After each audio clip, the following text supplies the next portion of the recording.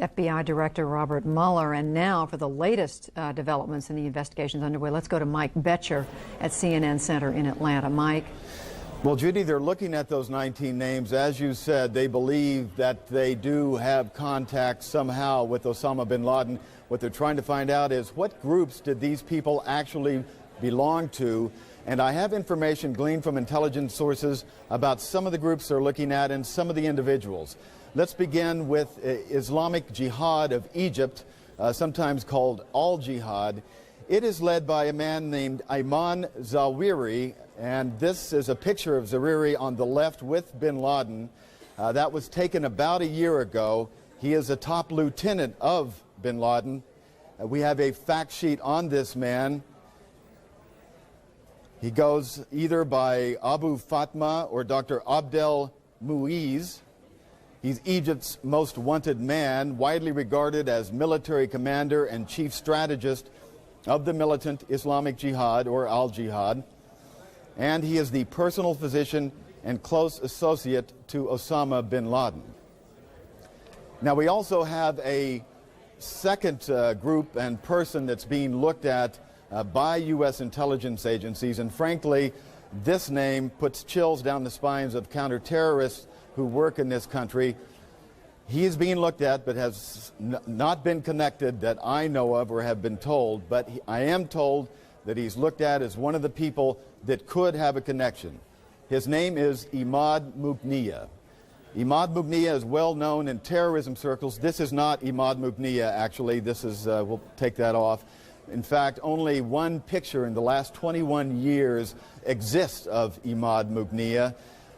He was one of the original founding members of Lebanese HisbAllah, and up until this event that happened in New York and Washington, terrorism experts say he killed more Americans and prosecutors in this country than any other terrorist in the world. He is responsible, they say, for the U.S. embassy bombing in Beirut, the Marine barracks bombing, hostage-taking, bombings in Argentina, bombings in Saudi Arabia, and the list goes on and on and on. Now, a link between bin Laden and Imad Magnia came to light back in 1994 when intelligence sources were able to discover that at an Islamic conference in the Sudan, bin Laden and Magnia came together to talk at this conference in the night,